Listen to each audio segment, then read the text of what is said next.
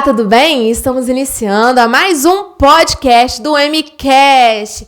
Aqui com a gente está hoje a irmã Luciana Santana, que para mim é um momento muito especial, muito gratificante. Ela que é professora de canto, pregadora da Palavra de Deus, ministra. Ela vende livros, gente. Ela sim, vocês vão ver aqui hoje, nesse episódio, o que Deus faz através da vida dela. Eu sou suspeita de falar para você porque eu sou uma admiradora de coração em Cristo, da sua vida, do seu ministério, aquilo que o Senhor faz através de você. Quantas coisas já aprendi te ouvindo. Então, assim, para mim é um prazer imenso te receber hoje aqui nesse podcast. Você é muito amável para dizer tudo isso, é só... Mas eu agradeço, o privilégio é todo meu, a honra é toda minha de poder compartilhar um pouquinho mais, né, daquilo que a gente pode falar, principalmente de Deus. Há muitas experiências a serem transmitidas, muitas coisas que a gente pode falar que serão edificantes, eu creio. Muito mais para nós que estamos aqui conversando. Começa conosco, né? Sim. Depois parte para frente. E a gente hoje vai falar sobre a educação cristã à luz da Bíblia, que está tão difícil nesse tempo, né, irmã Luciana? Hoje nós estamos vivendo vários ataques na vida das crianças e dos adolescentes e dos jovens. E esses ataques têm sido, assim, tão promíscuos e tão perigosos, e muitos pais, cristãos e não cristãos também, têm tido a preocupação de como proceder, de como fazer, de como instruir o filho. Porque antigamente parecia que era mais fácil instruir o filho no caminho que devia andar, né? O pai e a mãe simplesmente nos arrumavam e nos levavam para a igreja. Hoje a gente tem aí tantas outras coisas, tantas outras doutrinas, tantas outras influências que os pais têm tido dificuldade, até por causa dos pais mesmos, né? Eles têm tido pouco tempo para poder educar os filhos. E assim, a primeira pergunta que a gente quer fazer para você é: qual a importância da educação à luz da palavra de Deus cristã para os filhos? Primeiro, quer dizer que não precisa me chamar de irmã. Só Luciana tá ótimo. Na verdade, a importância da educação é tão fundamental, cristã, porque a gente hoje tem acesso a muitas informações. A gente não pode dizer que o pecado piorou, mas a verdade é que tivemos mais acesso a ele. Então, o que as crianças de antigamente tinham dificuldade de acessar, hoje estão com ele na mão. Então, as informações são muitas e elas têm muitas coisas para ouvir, para falar, para fazer. E isso fez com que elas também tivessem essa progressão nas coisas erradas, vamos dizer assim. Tem acesso a tanta coisa que, no final das contas, antes elas não tinham acesso a isso e agora elas fazem com mais facilidade. E aí entra a nossa parte. Porque que tipo de informação a gente está permitindo que eles tenham acesso? Às vezes a gente não se preocupa com o que eles vão ler, com o que vão ouvir no celular, no computador, na escola, e esquecemos que a gente tem uma responsabilidade enorme em transmitir essa informação de forma correta. Então, a gente deixa que as pessoas, a internet, as coisas que eles têm facilidade, ensiná-los no que a gente deveria ensinar, né? Então, eu acho que falta muito na gente esse contato com o que de fato a gente precisa fazer. E é mais do que fundamental uma educação cristã nesse momento, né? Se a gente não pensar sobre essa informação, a gente vai permitir que eles sejam influenciados e informados de forma errada, e na hora que a gente quiser puxar essa corda vai ser difícil. E normalmente a gente não se dá conta disso quando eles são pequenininhos. Tá aqui, vamos brincar. Hoje a gente dá celular para eles brincarem, no culto, aquela festa, aquela coisa toda. E aí deixa eles tendo toda a informação que acham necessários. E aí quando eles crescem, a gente percebe que faltou informação da nossa parte. Então, tomara, queira Deus, que os nossos olhos sejam abertos para começar desde quando intencionamos ter um filho, que a gente já possa começar. De que tipo de informação meu filho precisa para crescer com Cristo dentro dele? Nossa, você falou uma coisa importante: o celular no culto para distrair. Ai, meu Deus, eu sei o que eu mesma presencio, porque eu estou dentro dos congressos e cultos infantis, né? Eu estou presente ali, então, assim, eu vejo mesmo coisas grotescas, na vida das crianças. E qual a sua opinião sobre o celular na mão da criança na hora do culto? Pois é. Na verdade, não existe uma receitinha, né? Se existisse uma receitinha, a gente pegava, passava para todo mundo e estava de boa. Mas, na verdade, apesar de existirem alguns que têm a ousadia de montar uns livros com métodos e tudo, sinceramente, eu não acho que serve para todos. Cada um de nós temos uma personalidade. Inclusive, eu entendo que filho não é para ser criado do mesmo jeito, porque eles têm personalidades diferentes, têm que ser criados de formas diferentes. Talvez expostos às mesmas coisas, no nosso caso da palavra, da instrução, mas tratados de forma diferente. E aí o que acontece? A gente leva as crianças com o celular para que não dê trabalho, né? Só que quando eles crescerem farão o mesmo. E aí a gente fica, desliga isso, presta atenção no culto, olha para frente, olha o pregador. Agora é tarde. Então, na verdade, o nosso objetivo tem que ser, se viemos para quê? Viemos fazer o quê?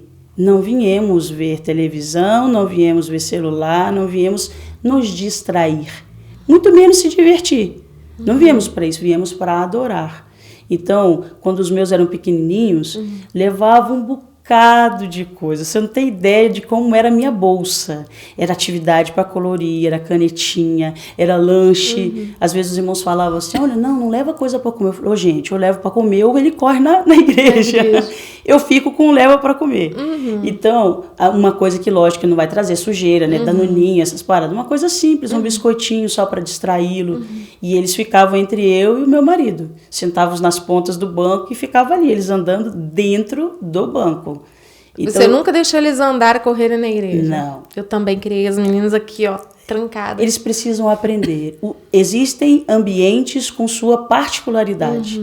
Então, se a gente estiver num tribunal, eles vão correr? Não, mas se eu deixo eles correrem em qualquer lugar, eu vou passar vergonha no tribunal também. Então, a gente tem que ensiná-los que existem lugares para cada coisa. Há tempo e propósito para tudo. Então, nós viemos para a igreja, não foi para brincar, meu filho, mas nós vamos ficar aqui pertinho. Você pega um desenho de Davi, alguma coisa. Já estou ensinando ele desde novinho a ter contato com as coisas de Deus na casa de Deus. Eu me lembro que teve um irmão que, uma vez a gente segurando o meu filho mais velho, ele disse assim, não... Deixa correr, deixa fazer de tudo, ele é criança. Os meus foram criados assim. E aí, quando eu me lembrei, os dele não estavam mais na igreja. Já tinham crescido e não estavam na igreja. Aí eu falei para ele, não, pode deixar, fica tranquilo, deixa do jeito que tá, depois a gente vê isso aí.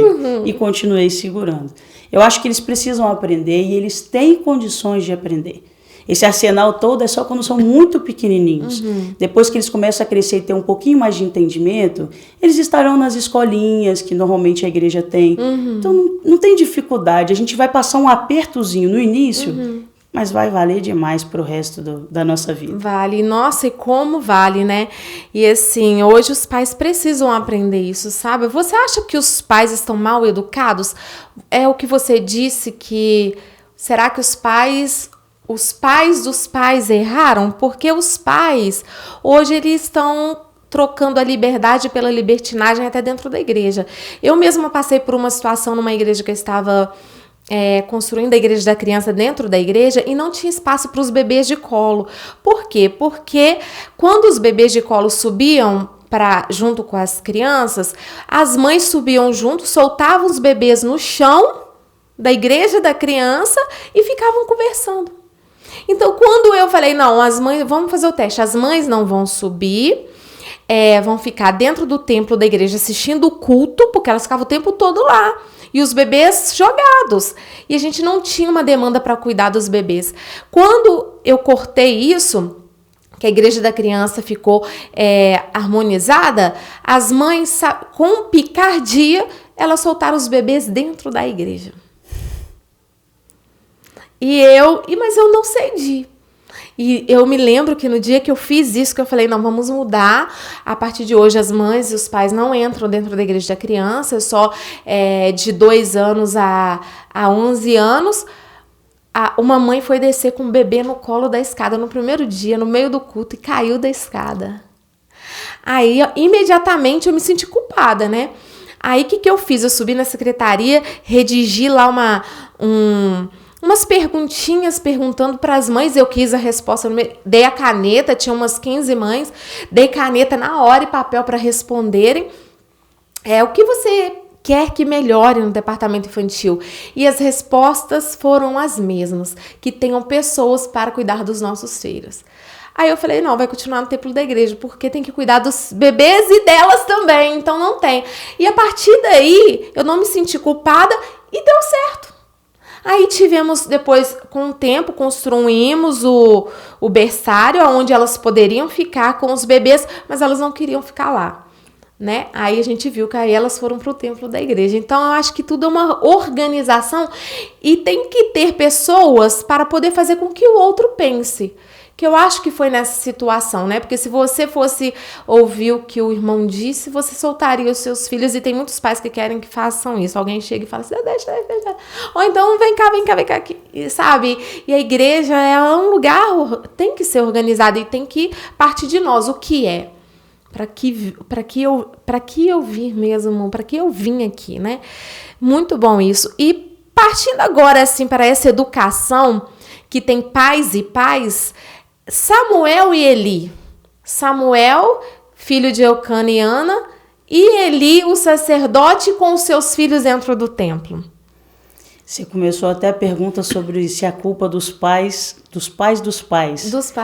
Na verdade, muitos, eu acho que, ao contrário, decidiram não fazer exatamente o que os pais faziam. A gente tem muitos pais, avós, né, que pressionaram demais, seguraram demais sem ter um ensino, sem ter uma explicação. Meu filho, você fica aqui, mas é porque aqui nós adoramos ao Senhor, é porque, entende?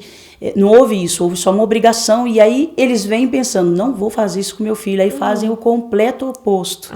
E aí libera todo mundo, deixa fazer o que achar melhor, né? Então, a gente precisa ter equilíbrio, bom senso. Existem coisas que não precisam ser chamadas a atenção. A gente precisa ser alguém que percebe o erro e corrige, para que não seja chamado a atenção, porque ninguém gosta de ser chamado a atenção. Ninguém gosta de falar, cadê a mãe desse menino aqui? Então, a verdade é que a gente precisa de equilíbrio. Não é nem para segurar demais e nem para deixar que eles façam o que quiserem. É para que haja um ensino. Se eles vão para a escola e o diretor chega lá na sala e diz assim, vocês não correm nessa escola, eles correm? Não. Mamãe vai lá dizer, meu filho vai correr. Não vai. Então, a gente precisa aprender isso. Os ambientes e os ensinos daquele ambiente. Aqui não pode, meu filho. Quando a gente sair do culto, nós vamos para o parque, vamos para a pracinha, vamos correr. Mas aqui não. Então, não acho que seja exatamente uma culpa dos pais, mas talvez o oposto. Pensando no que o pai fez com ele, não vou fazer isso com meu filho, então vou deixar fazer de tudo. Aí, já antes de responder de Eli, porque é muito importante isso. E aí você segura o seu filho, mas o filho da pessoa que está na sua frente soltou aí, seu filho está olhando. E aí? Aconteceu diversas vezes. Não só isso, como o filho de lá vir para cá. Para querer fazer as coisas que o meu filho fazia. Então, sim, que estava com um monte de coisas para fazer, atividades e tal. Sim. Mas, por mim, tudo bem. Contanto que siga o meu planejamento. Agora, quando começava a gritar, conversar e aquela confusão, eu falava, vai lá para sua mamãe. Mamãe tá te esperando, pode ir lá. E aí ele ia, vamos cada um com o seu, né, minha amiga? Já é uma luta muito grande com o meu. Ainda vou assumir o dos outros, se ficar numa boa, sem problema. Mas o seu nunca ia pra bagunça, nunca né? Ia. Porque vira uma bagunça, gente. Não tem como, eles são crianças. E chama a atenção mesmo. A gente quer exigir deles uma maturidade que eles não possuem. Sou eu que preciso ver o que fazer com ele para que ele fique bem no culto. Não é eu deixar que... Não, vamos ver se ele tem maturidade para isso. Ele não terá.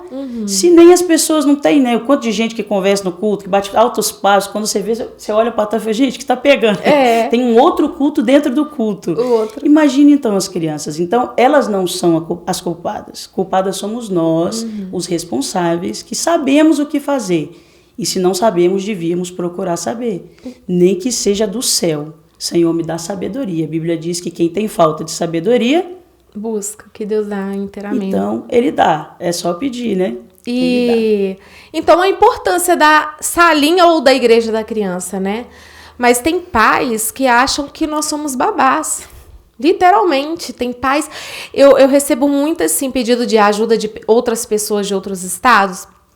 Fala, tia Adriana, como que eu vou proceder com a mãe que quer ficar dentro da salinha? Não pode, não deve ficar. Porque tem muitos pais que não querem estar dentro... Eu digo mais mãe. Não querem estar no templo da igreja, querem estar lá na salinha. Então, é preciso ter essa organização mesmo. Então, por isso a importância da salinha ou a igreja da criança, né? Porque aí a gente ajuda no todo a ter uma organização no templo da igreja, porque hoje as crianças estão muito imperativas, acredito, devido a toda essa tecnologia, essa falta de tempo, essa correria do tempo, os tempos abreviados, né, que a gente mal acorda, já está na hora de dormir novamente, tem que ir correndo para o culto. Então, acredito que a criança chega atarefada demais. Então, esse momento, porque eu acredito que nós somos da mesma idade, nós fomos criados dentro de um regime, né? Um regime onde a gente... Eu não sei você, mas para eu ir ao banheiro, eu tinha que olhar para o meu pai para ver se podia. Eu já saía de casa sabendo que eu não poderia ficar andando na igreja. E mesmo assim, tinham pessoas... O banco das crianças eram sempre os primeiros... E tinha pessoa na frente da mocidade e as irmãs da mocidade cutucavam na gente se a gente ficasse conversando. Era assim contigo? Olha, não peguei essa fase, não. Não? Tava sempre do lado da minha mãe. Dificilmente ela deixava eu ficar longe. É mesmo? Não tinha o departamento infantil? Até tinha o departamento, mas a gente ia, cantava e voltava. É mesmo? Pra perto da mãe, então. Tem muitas crianças que faziam isso. Mas a gente, na igreja, eu fui criada dentro desse regime, onde tinha o departamento certinho das crianças, da mocidade, das irmãs e os irmãos atrás. Então, já sabia meu lugar. E eu sempre fui falante, né? E eu me lembro de levar cada cutucada assim. Gente! Um beijo pra Dida, que ainda está viva, graças a Deus. Muita saúde pra ela. Eu tive uma boa educação de não andar dentro da igreja. Eu não sou nascida no berço evangélico.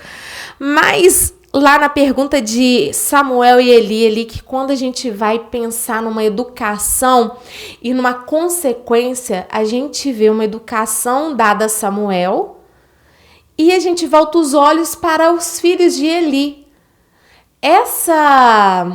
Esse contraste, ele é vivido no mesmo tempo.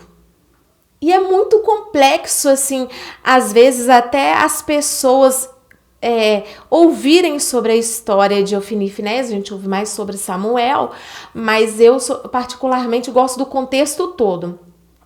E é um contraste muito grande, né, irmã Luciana? O mais interessante... Né, Luciana? O mais interessante é que na história de Eli, os outros que a gente fala de pais e filhos, nós fazemos nossas suposições com a história que aconteceu e tal. Então a gente fala, fulano foi um mau pai porque aconteceu isso, isso e isso. Eli foi chamado a atenção porque não estava sendo um bom pai.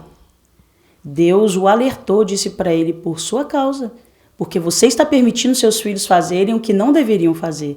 Ou seja, não foi só uma suposição nossa, não é a gente dizendo, foi um mau pai por causa disso. O próprio Deus chamou ele a atenção por permitir que seus filhos fizessem determinadas coisas.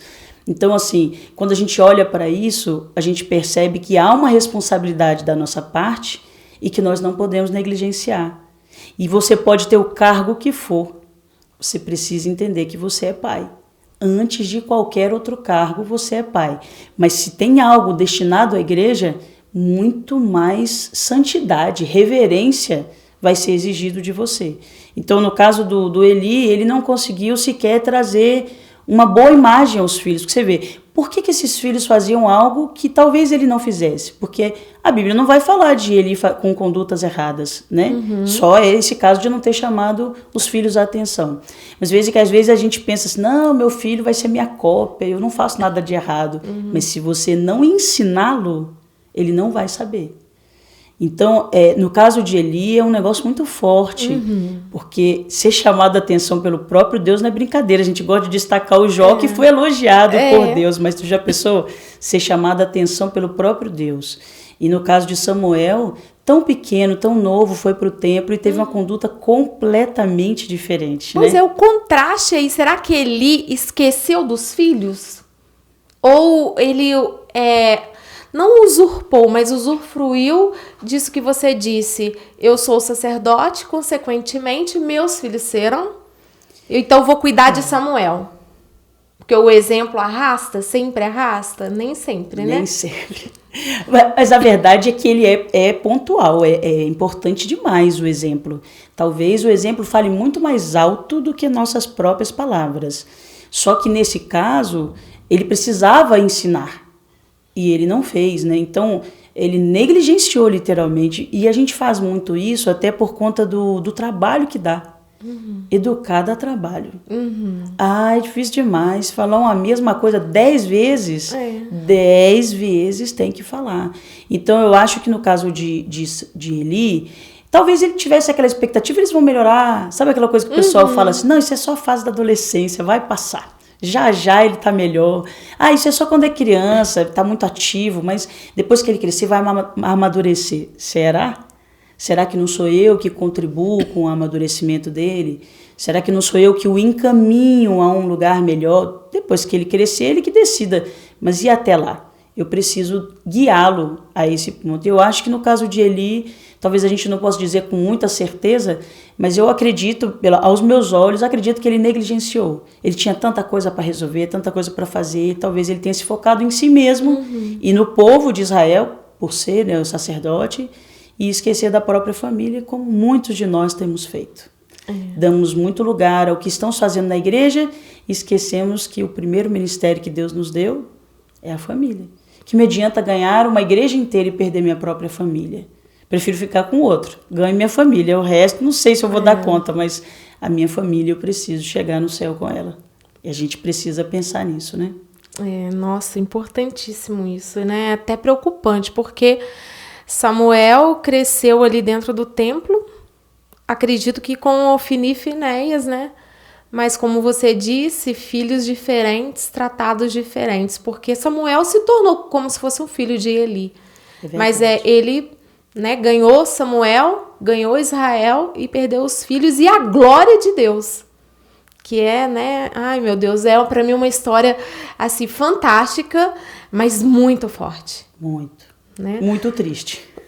Triste, porque diz os estudiosos, né, que a Somália foi onde aconteceu a história de Ofni e Finéias, que acabou, foi-se a glória de Deus, que Somália não tem a glória de Deus. As pessoas vão lá, pregam lá, conversam lá, falam de Deus lá, mas a presença de Deus lá, né, isso eu estou repassando o que eu ouvi. A gente vai ver se é verdade. É um tanto especulativo, né? Até porque, se você parar para pensar, se cremos na onipresença de Deus, não tem um só lugar onde ele não possa chegar. Agora, se existe um povo que não crê nele, já é outros 500. Porque na nossa teologia, na nossa pentecostal assembleana, nós cremos que o primeiro passo vem de Deus, mas que há um passo do homem. Então, se Deus já fez o que tinha que ser feito, né? Entregou seu filho e tal para nossa salvação, agora o passo é nosso. Ou eu creio, ou eu não creio. Então, literalmente, como o Rodrigo Silva diz, né? Ele conta uma historinha e aí no final o rapaz diz, eu não estou morrendo, não estou sendo decapitado porque eu pequei, porque eu matei, mas porque eu deixei de receber o perdão. Então, eu acho que o acesso à glória existe, porque ele está em todos os lugares, não tem como retirá-lo, né? Mas se as pessoas o recebem, aí já é outros 500, outro ponto. Se não vão sentir porque não querem. Exato. Aí escolhas, né, minha gente? Isso aí vai ser qualquer outro lugar. Qualquer outro lugar. Da Somália ou fora da Somália, em qualquer outro lugar. Se você não quer sentir a presença de Deus, é o que vai acontecendo. E acabou. Foi-se a glória de Deus, né? Bate-se a poeira do pé. Sansão, ele é conhecido por suas habilidades físicas, pela força que ele tinha, né? Mas também pelas suas fraquezas. Eu tenho uma pontuação adendo sobre Sansão, que tem uma musiquinha que fala assim, que o nosso filho vai ser como Sansão e a nossa filha como Esther. Eu, propriamente, Adriana, não queria ter um filho como Sansão. É um preconceito, um conceito formado, ainda tô descobrindo isso. Como nós podemos instruir nossos filhos sobre o controle das emoções e desejos baseado ali Sansão, porque ele foi educado, ele não foi educado, a culpa é dos pais, ele enganou os pais. Sansão foi ardiloso, mas foi escolhido por Deus. Todo um contexto assim bonito, o início bonito e o final também, porque eu acredito que Deus ele cumpre promessa. Mas eu não quero um filho com a identidade de Sansão.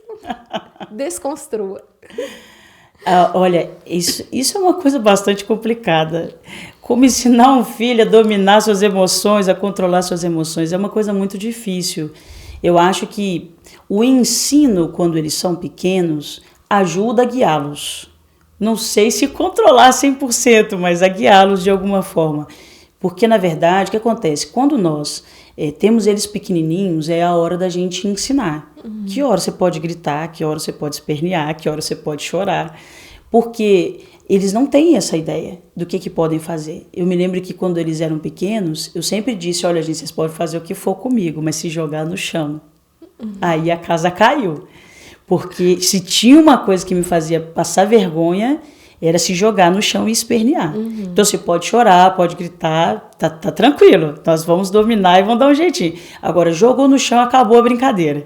Então, eu acho que era uma hora de dizer não, isso não. Você pode sim se emocionar, você pode chorar, você pode até não aceitar o que eu estou fazendo, mas não vai extrapolar. Então, talvez nesse momento inicial, onde a gente está ensinando o que fazer, como fazer, seja uma forma de ensinar a controlar, né? O meu filho, não, estamos aqui num lugar público, não é para você gritar. Você pode chorar, mas não vai gritar. Então, eu acho que essas são as horas que a gente está ensinando. É bem verdade que o povo gosta de falar que a gente reprime algumas emoções, que engole o choro, né?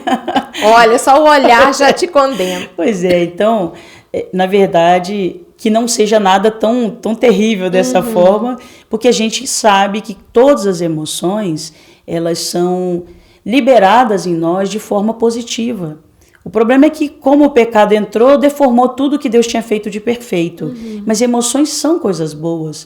Elas são uma forma da gente expressar e que são liberadas muitas coisas dentro de nós, né? Neurotransmissores e tal, aí que são chamados hormônios da alegria, pelos sentimentos, pelas emoções que nós promovemos. Então, chorar é natural, rir é natural, só que tudo tem um lugar, tem um tempo, tem um momento, não é para você fazer de qualquer jeito, nem a qualquer hora. Então, acho que esse domínio começa quando eles são pequenininhos. Quando a gente vai ensinando, olha, aqui você pode chorar, ali você não pode não. Aqui você chora com vontade, pode chorar. Talvez seja um momento de controle. Agora, quando eles são já pilhados, aí, minha amiga, é só Jesus que domina. Muita oração, né? Muita oração e conversas, né, de meu filho, tudo bem que você seja assim, mas precisa ter cuidado, não pode sair batendo pé, não pode sair batendo nas coisas, tem coisas que têm seu limite. Então você pode estourar, você pode ficar nervoso, mas não pode agredir, você não pode bater em nada. Então acho que é uma condução, né, à medida que a vida vai passando, a gente vai colocando os pontos nos is, os pingos nos is, e tentando, de alguma forma, ajudar. Eu não sei se controla 100%, porque o controle, eu acho que vem do Espírito Santo. Nem nós, adultos, às vezes não controlamos, né? Então, as nossas emoções estão sempre à flor da pele, como diz o ditado. Pois é. Mas você acha que Sansão, então, educação de Sansão, os pais deixaram para a promessa que foi feita? É uma pergunta intrigante, porque, na verdade, a gente tem o desenrolar da história de Sansão já quando ele mais velho. Então, a gente não tem um relato de quando ele tinha 9 anos, de quando ele tinha 5 anos. Não temos um relato da infância dele. Então, quando a gente já pega o Sansão já adulto, é complicado o domínio de um pai. Porque, no meu entendimento, como eu te disse, não tem método, né? Cada um tem uma expectativa, né? Mas, no meu entendimento, chega um determinado ponto onde você aconselha, mas você já não domina. Sim, os pais dele aconselham quando ele desce para Gaza, né? Mas eu acredito que tem muitos pais, eu vejo pais que se apegam na primeira promessa. Igual Sansão foi assim, né? Eis que você ficará grávida e o seu filho será um nazireu e ele será juiz e para poder vencer os filisteus. Algo dentro desse contexto. E tem pais que se apegam nisso. O filho da promessa, eu vejo com os meus olhos. Não, é filho da promessa, eu não posso bater, não posso fazer isso, eu não posso colocar tal cor, não vejo isso. Não posso cortar o cabelo, não posso fazer isso. Ok, eu respeito. Mas aí não corrige, não faz nada, e o filho vai crescendo dentro da bolha sem nem um pouco de liberdade, nem dentro de casa mesmo. Conheço mesmo situações. E aquela bolha, quando estoura, o filho leva aquele choque de emoção, porque foi criado dentro daquela promessa e estourou. Você consegue entender o que eu tô passando? Sim. É outro extremo, né? É aquele negócio, a gente nunca tá no meio do caminho, tá vendo? A gente nunca é muito equilibrado, ou é de mais ou é de menos. Independente da promessa, o ensino é fundamental. E até porque nós não cremos que quem tem promessa não morre, porque a Bíblia mesmo diz aos Hebreus, vendo a promessa de longe, não tocando na promessa, não viram a promessa e morreram. Porque a promessa transcende você. Sim. Ela vem de Deus. Então, a verdade é que se você obedece, a promessa se cumpre. Mas se você não obedece, não tem como. É como se fosse uma parte do contrato, né? Ambas as partes precisam estar em apoio, em concordância. Se alguém quebra, fica difícil continuar. Jamais Deus iria fazer algo sobre a vida de alguém desobediente. Então, a verdade é que, independente da promessa, tem um caminho a ser percorrido até lá. E que é preciso que essa criança tenha, né, um mínimo, né, de ensino para que ela consiga alcançar a promessa de forma obediente, crendo no Senhor. Agora, quando a gente acha e valida as coisas que faz por causa de uma promessa, aí a coisa fica bem complicada, né? Porque imagina, então, que liberdade terá essa criança. Você faz o que você quiser, querido. Você é o filho prometido, você tem direito. A gente precisa ter cuidado com isso, né? A promessa é importante, Deus tem planos sobre a nossa vida, sobre a vida dos nossos filhos, mas o primeiro passo para que um plano se cumpra é obediência. E obediência se ensina. A gente precisa aprender isso. Tenho que ensinar meu filho a seguir o caminho correto para que a promessa, de fato, se cumpra na vida dele, né? É bem verdade que quando a gente fala disso, é meio longe da nossa realidade, porque Deus é onisciente, né? Nós estamos falando de um Deus que promete para alguém e eu e você achamos que no meio do caminho ele saiu e que não vai se cumprir, mas estamos falando de um Deus que já viu seu início, meio e fim. Então, na verdade, quando ele promete, ele já sabe onde vai terminar. Então, na perspectiva de Deus, a gente nem tem o que dizer, mas na nossa perspectiva é preciso que a gente aprenda que não é porque é prometido pode fazer o que quiser, é porque é prometido que deve aprender a obedecer. Talvez seja um cargo ainda maior, né? Um fardo ainda maior. Já que é prometido, bom, então vamos botar para quebrar, vamos ser o melhor possível para que Deus realmente cumpra o que Ele... No exemplo de Ofni e Finéias, nós falamos sobre Eli, como foi a educação de Eli, né? A Bíblia não nos fala como foi a educação, mas que o próprio Deus, por ter chamado a atenção dele, nós imaginamos que ele, né, deixou os filhos. Mostra a importância de ensinar os nossos filhos sobre a reverência a Deus, sobre a reverência ao culto, sobre a reverência às outras pessoas, respeitar as outras pessoas, né? Mas como nós pais, podemos transmitir esses valores para as futuras gerações que agora... Né, a futura geração, eu estou esses dias achando que a futura geração não vai ter tão futura assim, tá tão próximo de Jesus voltar, que eu acho que os nossos filhos são as últimas gerações. Eu tava falando isso para as meninas, falei que não tem geração depois delas, a não ser que elas queiram engravidar rápido, ter filho rápido, mas eu sinto muito mais próximo do que tudo que já aconteceu durante a minha vida, sabe? Que Jesus está tão próximo que nós vamos ter tantas futuras gerações olhando para os sinais que estão acontecendo. Sim. Talvez não tenhamos futuras gerações antes do arrebatamento, depois ainda virão, que ainda tem todo um processo para acontecer, né? Ainda temos aí um longo caminho. Nós não, porque nós, em nome de Jesus, não estaremos aí. Mas o que acontece é o seguinte... como transmitir os valores, né? Essa é uma parte importante. Você falou que o pessoal gosta de dizer que o exemplo arrasta. A verdade é que uma das principais formas de se ensinar é fazendo. Quando o seu filho vê o que você faz, ele assimila. Mais do que quando você diz o que fazer. Porque normalmente a gente tende a dizer, mesmo que a gente não faça. Porque eu quero que o menino seja legal, entendeu? Então eu vou passar tudo que for melhor para ele. E aí a gente não faz. Qual será a situação que vamos viver? É no dia que eu disser, meu filho, não bata o garfo na mesa. Mas a senhora faz isso todo dia. Então, o que eu faço vai gerar algo nessa criança muito mais do que o que eu falo. Porém, eu preciso falar. Então, quando a Bíblia diz assim que você deve passar o ensino, né, sobre Deus, os mandamentos, a palavra, andando no caminho, deitando, levantando.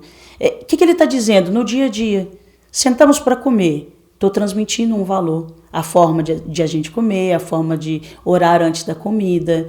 Estamos andando no caminho, eu estou transmitindo outro valor. Meu filho, aproveitando esse negócio, olha, aconteceu uma coisa aqui outro dia, achei muito interessante, nosso vizinho fez isso, olha, isso é uma coisa que a gente não deve fazer. Passando na rua, alguém jogou um lixo no chão, meu filho, olha, tá vendo? Nós temos que contribuir para melhorar, o lixo não podia estar no chão. Então eu penso que os valores são transmitidos com a minha vida, com a forma com que eu reajo às coisas que acontecem. E aí eu aproveito para falar. Então, vimos alguma coisa na televisão, olha, momento certo para a gente falar. E a verdade é que, se você perguntar aos meus filhos, eles dirão isso. As coisas acontecem, aí quando eu falo assim, pois então, gente, aí eles dizem, qual é o versículo, mãe? Porque eu entendi que essa é uma coisa importante. Eu fui num encontro de mulheres, onde eu ia pregar, e normalmente eu chego para ouvir as outras, porque eu acho que se elas se sentam para me ouvir, eu muito mais devo sentar para ouvi-las. E ouvindo uma irmã muito experiente, e ela disse assim, olha gente, as pessoas estão conversando comigo e estão falando assim, que já falaram de tudo para os filhos e que já não tem mais jeito. Aí ela disse, pare de dizer o que você acha e comece a dizer a palavra. Aquilo entrou muito forte no meu coração. E eu falei, Senhor, me dá sabedoria, porque não me adianta conhecer a Bíblia se eu não puder transmiti-la. Aliás, a gente diz que dica boa é dica compartilhada, né? Então, a verdade é que eu compreendi naquele momento, daquele dia em diante, Adriana, eu comecei em todas as situações a usar a Bíblia. Então, quando eu não queria, por exemplo, que meus filhos fossem a uma festinha, porque não ia ser bom para eles, meu filho, sabe o que acontece? Salmo número 1. Ele disse assim, bem-aventurado o varão que não anda segundo o conselho dos ímpios. E aí eu explicava, sabe o que é? Tá sentado, não tem como você... Mas eu não faço, mas tá no meio. Você já viu num assassinato? Meu filho é cúmplice, querido, tá no meio, rodou, vai ser preso, até que se prove o contrário, vai dar ruim. Então, assim, daquele dia em diante, tudo que acontece, que o Espírito Santo me traz à memória um versículo, é o momento exato. Bateu um negócio, saiu correndo... Qualquer coisa que acontece, eu aproveito aquele momento para transmitir um valor. Já levei algumas vezes, tipo, mas a senhora não faz isso. E aí eu digo, exatamente por isso que eu estou lhe dizendo, para que você seja melhor do que eu. Porque a gente nunca será perfeito. Se um pai e uma mãe achar que sendo perfeito ele vai conseguir transmitir para o filho, então ele nunca vai conseguir transmitir nada. Eu preciso dizer a eles, eu também sou imperfeita, mas nem por isso eu vou deixar que vocês façam a mesma coisa. Nós vamos juntos aprender a ser melhores. Afinal de contas, não é isso que é a vida cristã? É como a luz da aurora que vai brilhando mais e mais até ser dia perfeito, é de glória em glória. Hoje eu sou um pouco, amanhã eu sou um pouquinho melhor. Eu preciso ser um crente melhor a cada dia que se passa. Senão, eu não estou vivendo o processo de santificação, né? E posso ficar por aí, achando que vou subir e meu nome não ser chamado, que Deus tenha misericórdia. De mim também, meu Deus. Mas a verdade é que a gente precisa melhorar a cada dia, né? E uma forma de transmitir é no dia a dia. O tempo inteiro falando, vivendo, fazendo, é fundamental. Nossa, essa questão do arrebatamento é uma coisa que eu tenho pensado todo dia nesses últimos tempos, sabe? Principalmente esse ano. É algo que eu tenho pensado todos os dias. Que, assim, não tava tão... A gente andava tão mais ocupado com tantas outras coisas, ou despreocupado, que quando os acontecimentos vão acontecendo, acho que do ano passado para cá a gente vai chegando. o arrebatamento está tão próximo, Jesus está tão próximo de voltar, que é algo que eu penso... Eu não penso só uma vez no dia. E essa questão de citar a Bíblia, acontece algumas situações, a nossa mente já vai lá dentro da Bíblia buscar situações para... Nunca tinha ouvido falar nisso, mas é algo que eu busco sempre algumas situações. Não, acho que todas as situações. A gente tá muito Bíblia, né? Será que é muito Bíblia? Porque a gente busca dentro das situações algo dentro da Bíblia. Porque para mim é algo que eu gosto da Bíblia, amo a Bíblia. E é algo que a gente vive ela, não tem como, né? Então acho essa dica boa e dica dada... que todos devem fazer isso, porque citar versículos também vai fazer com que os filhos não esqueçam daquilo que está sendo dito, né? E Deuteronômio 6 é fantástico, hein? E ela é uma palavra viva. A Bíblia diz que a palavra que sai da boca de Deus não volta para ele vazia, mas a minha volta. A minha eu posso te prometer uma coisa hoje e nem é questão de falta de caráter. Eu posso não conseguir cumprir amanhã. Se eu falar para você, Adriana, amanhã eu vou vir aqui na sua casa e tal, passo mal, vou para o hospital. Não consegui cumprir, mas o nosso Deus não. O que Ele diz, Ele cumpre. Então, não estamos usando uma palavra que é falível, estamos uma palavra que vai se cumprir. Então, a gente usa ela, coloca ela em prática exatamente por isso, porque ela é viva, é eficaz, vai muito mais longe do que a minha e a sua palavra. A minha talvez chega no ouvido e se sair do outro ainda quer dizer que passou no meio da cabeça, mas às vezes nem passa, minha filha, já nem entra direito aqui, só passa de raspão. Mas a palavra de Deus não, ela penetra até a divisão da alma e do espírito. Às vezes a gente acha que não faz sentido, que é uma questão meio teórica, só citar... Não é questão de citar apenas, mas de vivenciá-los. Porque se eu cito, mas eu não vivo, eu vou ser cobrada disso. Logo vão dizer, a senhora falou, mas a senhora mesmo não faz. Então, nossa, é verdade. Acontece. Meu Deus. A relação conturbada, né, entre Davi e Absalão tem muito a nos ensinar sobre pais que falham em criar filhos obedientes. É complexo. Como nós podemos evitar em cometer os mesmos erros que ali na história de Davi e Absalão? Olha, difícil, né? Na verdade, a gente sempre diz que Davi foi tão bom como rei, teve algumas dificuldades com a sua família, né? A verdade é que no caso de Absalão, ele foi muito omisso, né? Ainda que a gente diga que Davi, como rei, ele não tinha como dar conta dos filhos e que, muito mais naquela época, a vida da criança era sempre com a sua mãe. Então, os ensinos eram muito mais da mãe do que do pai, que era rei, que tinha todo um governo para tomar conta.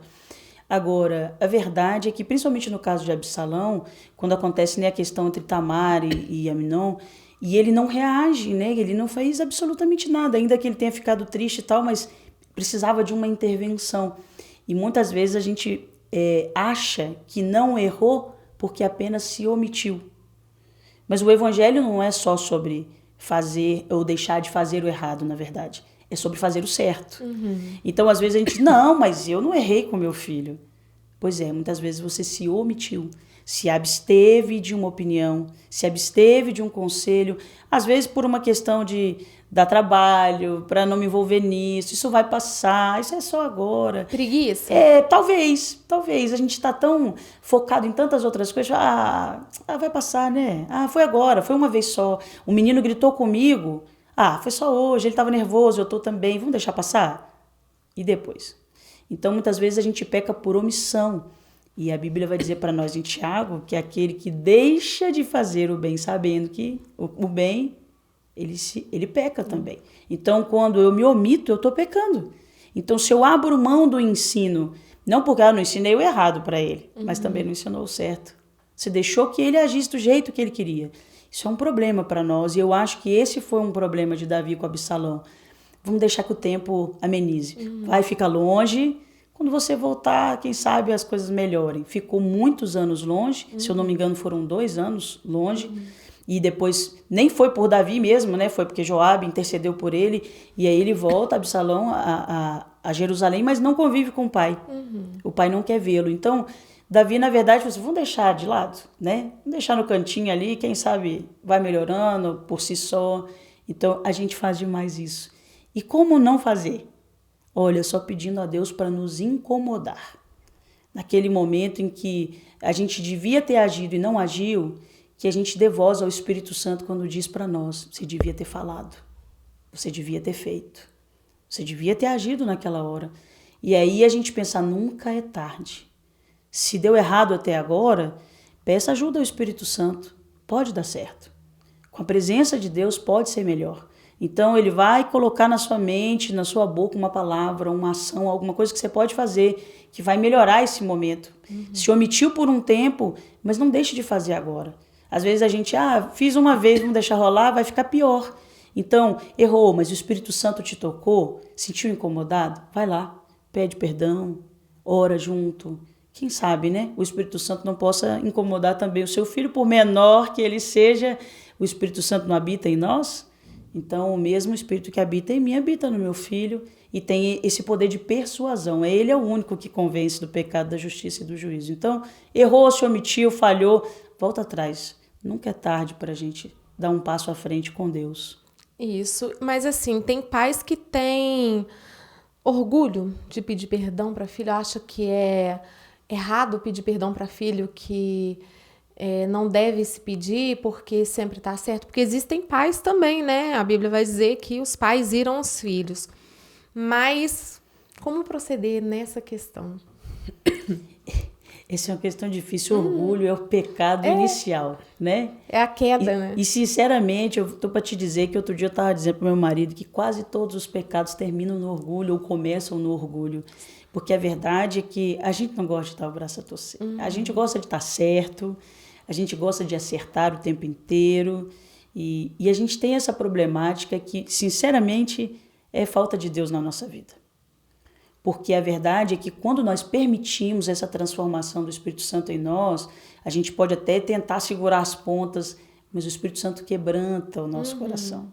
É aquele momento de você falar, não queria falar, não queria pedir desculpas, mas o Espírito Santo fica falando com você, sabe? Te fazendo ter aquele sentimento, cara, eu tenho que voltar, vou ter que pedir desculpa a esse menino, vou ter que passar agora aqui um caminho de humilhação, porque para nós é humilhante, porque achamos que estamos numa posição superior, né? Se eu sou a mãe, eu estou em cima, o meu nível é maior do que o meu filho. Mas a verdade é que somos, diante de Deus, somos a mesma coisa, não é isso? Então temos o mesmo nível. E talvez eu esteja ensinando ele a pedir perdão. Porque quando ele vê que papai fez uma parada errada e não pediu desculpa, eu posso fazer o mesmo. Porque se a minha referência de liderança faz isso, por que eu não posso fazê-lo? E aí quando a gente cobra deles, né? Você não pediu desculpa, mamãe. Já pensou? Vai ouvir uma, né? A senhora nunca me pediu também. Aí, não, mas mãe é mãe. Pai é pai. A gente não tem que fazer isso. Mas na verdade a gente tem sim. É uma forma de ensiná-los e de mostrar o quanto Cristo está vivo em nós. Quanto está sendo formado em nós para que a gente tenha essa capacidade de se humilhar. As pessoas gostam de dizer o ditado, os humilhados serão exaltados. Não existe isso na Bíblia. Esse versículo não existe. O versículo que existe é humilhai-vos. Eu me humilho debaixo da potente mão de Deus. E ele a seu tempo me exaltará. Então, quem se humilha? Sou eu. Não são os outros que me humilham. Sou eu que a mim mesmo me humilho. E que é uma situação como essa, de como pai, você falar, cara, errei, me desculpa, vamos continuar daqui para frente. É uma forma de mostrar Cristo em nós. E é uma forma de curar também, né? Eu acho que quando um pai faz isso, é uma cura. Até é assim, peculiar, né? O pai pedir desculpa, a mãe pedir desculpa. Eu acho que eu nunca ouvi meu pai pedir desculpa. Mas eu acho que meu pai também nunca fez nada. Meu pai me bateu uma vez, tô tentando puxar aqui na memória. Sei que meu pai já me pediu desculpa de alguma coisa, mas não, raras vezes assim, né? A criação, né, também faz com que tenha muitos casos de brigas para ter que pedir desculpa, porque a gente que é criado mais dentro do evangelho, não vou generalizar, mas os mais antigos criados dentro de um regime militar da Assembleia de Deus, vamos dizer assim, eu me lembro que quando eu me batizei nas águas, passei pelas águas, toda Santa Ceia eu estava pedindo perdão lá na frente porque eu respondi a minha mãe, aí eu pedia perdão primeiramente, Jesus, depois a igreja, depois a minha mãe. Eu nunca tive dificuldade para isso.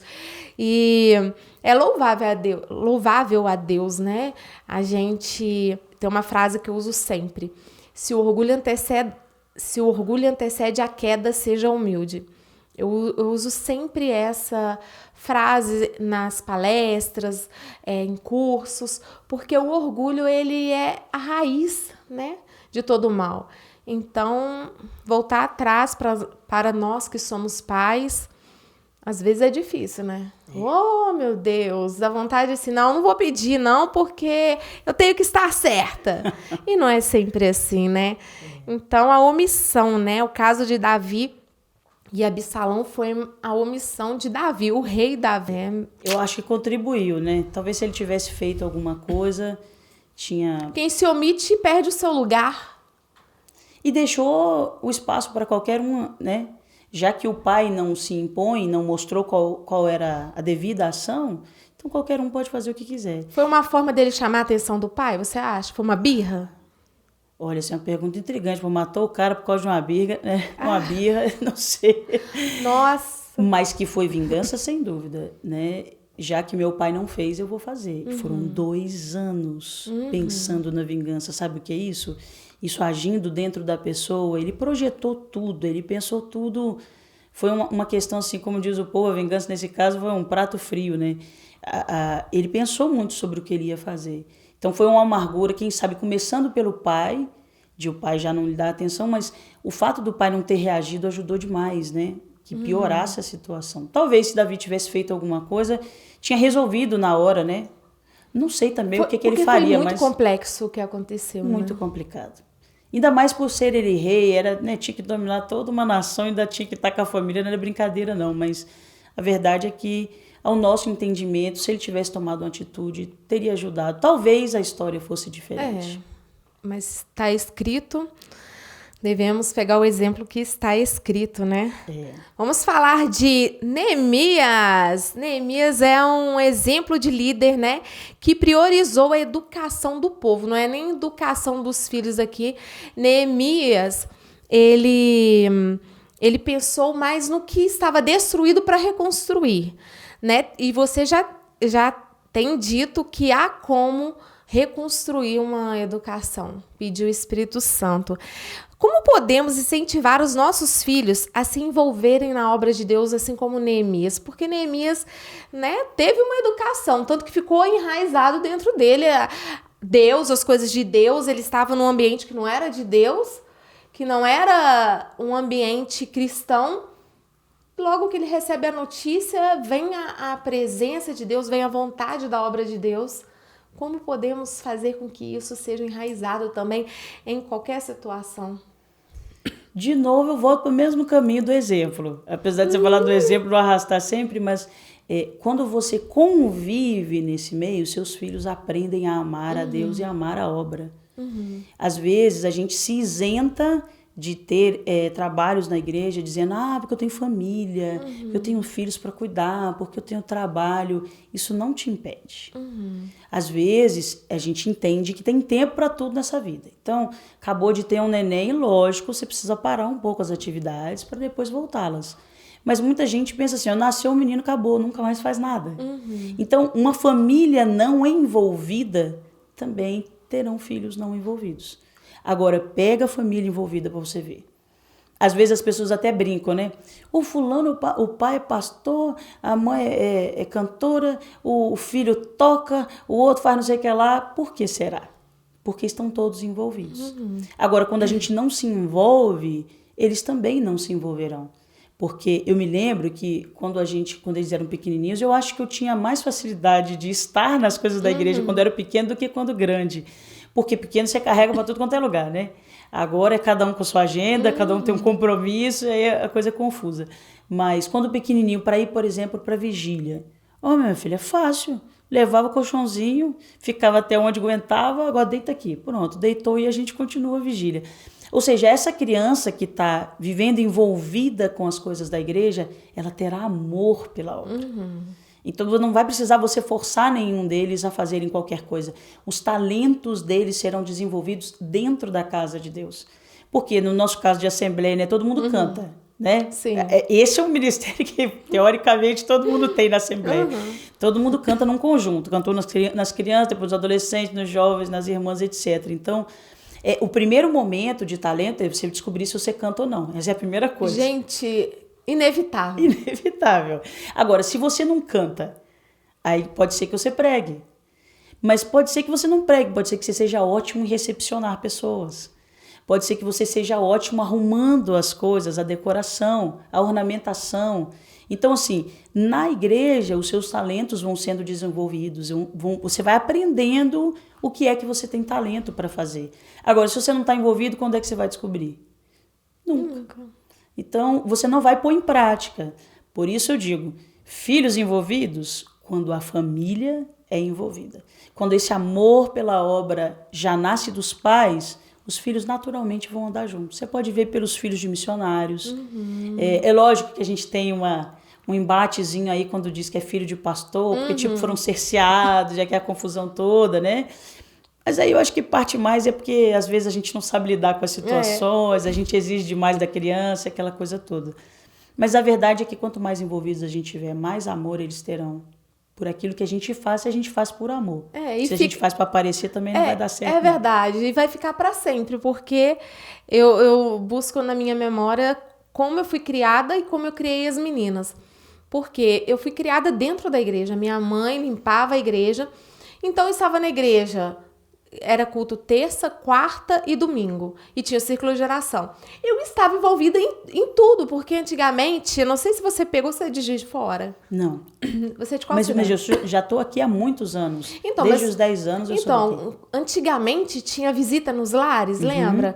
Aí tinha que fazer ata. Lembra que a igreja, a Assembleia de Deus, tudo você tinha que colocar em ata para no final do ano você prestar conta de tudo?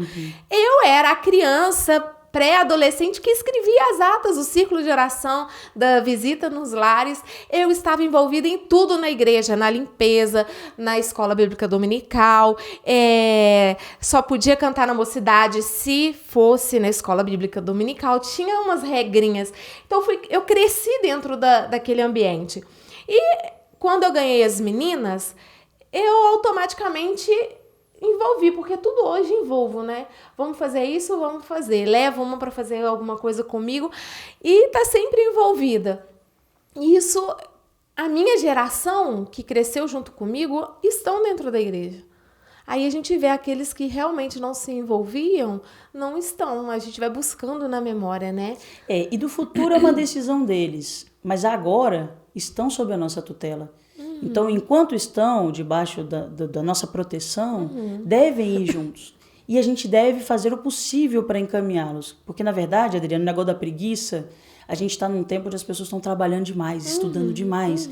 Então, aí, às vezes tem um filho um pouco maior, por exemplo, pré-adolescente, adolescente, e o ensaio deles é diferente do dia do seu ensaio.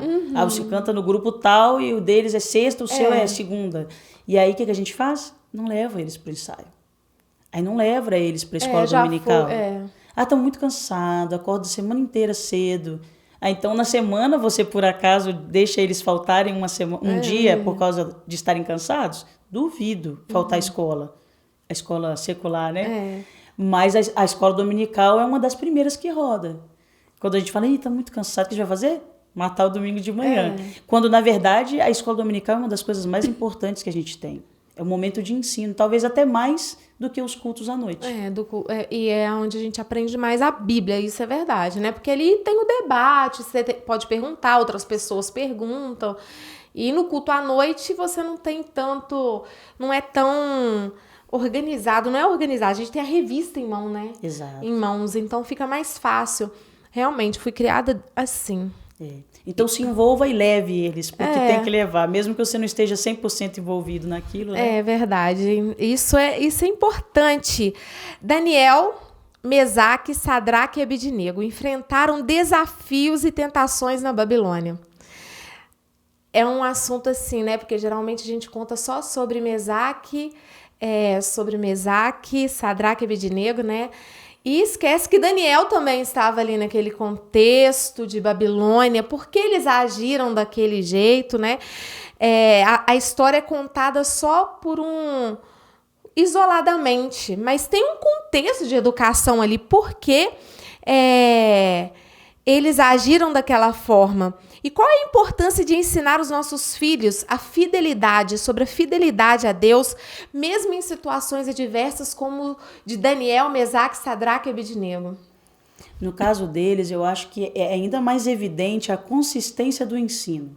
Porque no caso de Daniel, eles foram levados à Babilônia e acredita-se que era por volta de 16, 17 anos. Ou seja, não eram criancinhas, né? Já tinham uma formação. E o que acontece agora? Você pegar um menino como esse, e o próprio Daniel, né, no capítulo 1, dizer, ele assentou no seu coração, ele decidiu. Não teve papai e mamãe dizendo, meu filho, não faça isso, não faça aquilo, não vá por aquele negócio, não fale daquele jeito. Não teve uma orientação em cima dele naquele momento, mas teve um ensino anterior. Tudo aquilo que a gente semeia, a gente colhe. E às vezes o trabalho que a gente não teve lá atrás, a gente vai ter cá na frente. Mas em compensação, o trabalho que você teve lá atrás, você não vai ter agora. Então, quando a gente semeia esse cuidado, essa consistência de ensino na palavra, esse envolvimento com a casa do Senhor, com a obra de Deus, na vida dos nossos filhos, quando são pequenos, que é o momento onde o coraçãozinho está em terra fértil, estão aprendendo agora. A sementinha que você vai lançar, ele vai aprender, ela vai germinar.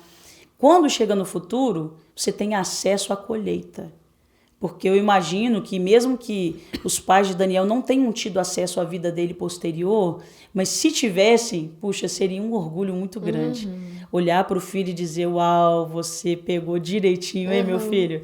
Então, assim, foi muito bonita a história de Daniel, por ser algo que parte dele, né? Ele dizer, eu coloquei no meu coração não me contaminar. Agora, você veja que essa semente da fidelidade era muito forte. Ele não precisou de conselho, ele não precisou de influencer, ele não precisou de ninguém ajudando, empurrando. Ah, coitado, é novinho, precisa de ajuda. A gente tem essa problemática com jovens e adolescentes, onde a gente sempre coloca eles como fraquinhos. Mas João diz, vocês são fortes. Se a Bíblia diz que eles são fortes, eles são fortes. Mas aí a gente vê o que ele diz. Vocês são fortes e já venceram o maligno porque a palavra de Deus habita em vocês. Ou seja, quando nós semeamos a palavra, agora nós vamos colhê-las nesse tempo onde a gente diria que é uma geração fraca. Não, só é uma geração fraca se eu contribuir para isso. Mas se a palavra de Deus estiver nele, será uma geração forte, que terá fidelidade por si mesmo, porque ele entendeu esse princípio, que é somente ao Senhor. O que está em volta dele não vai ser suficiente para tirar o lugar de Deus. Isso é um ponto muito importante. Como ensinar uma criança a ter prioridade. Meu filho, haverão muitas vozes à sua volta. Haverão muitos banquetes, muitas comidas oferecidas. Você só tem um que você não pode abrir mão de jeito nenhum. Você pode abrir mão de muitas coisas, meu filho, mas de Deus, jamais. Então, no caso de Daniel, ele mostra essa consistência, né? Dos amigos dele também, do Sadraque, Mesaque e Abednego, né? Que é o Asaías, Ananias, Azarias e Misael.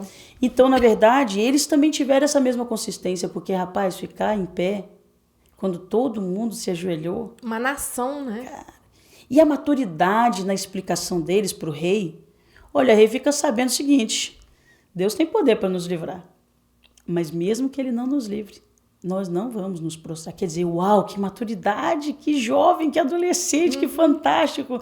Quer dizer, houve uma semente muito bem colocada ali e agora ela trouxe a colheita. Que o Senhor nos ajude para colocar essa sementinha enquanto eles são pequenos, a fim de que a gente também tenha essa mesma colheita, de não precisar nem ficar aconselhando, falando, que parta deles, porque eles já entenderam o princípio, vivenciaram aquilo e agora é hora de colocar em prática o que ouviram antes.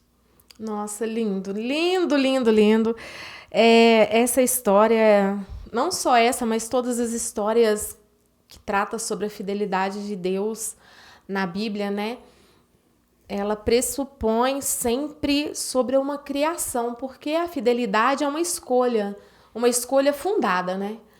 Tem um fundamento, então... Essa volta até de Timóteo, né? Quando Paulo fala a fé que estava na sua avó, na sua mãe. Uau, passada de geração.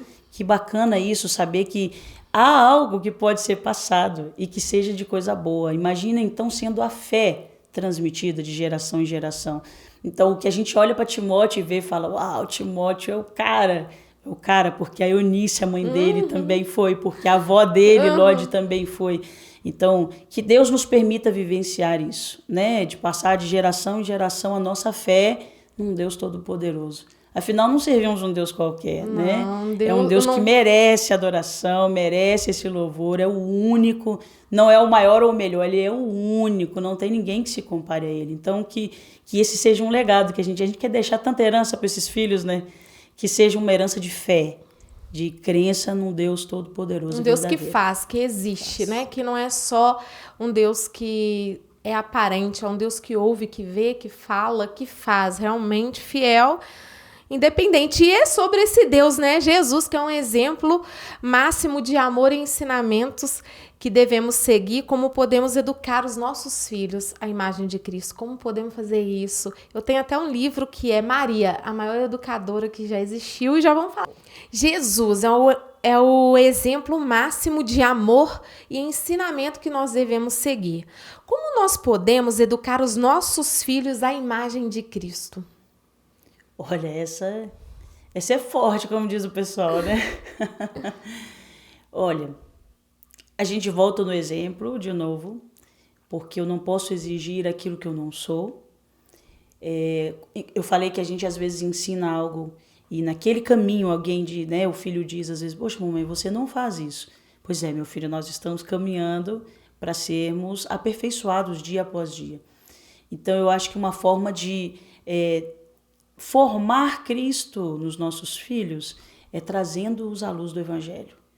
Eu não posso ter opiniões sobre as coisas que acontecem se elas não forem bíblicas.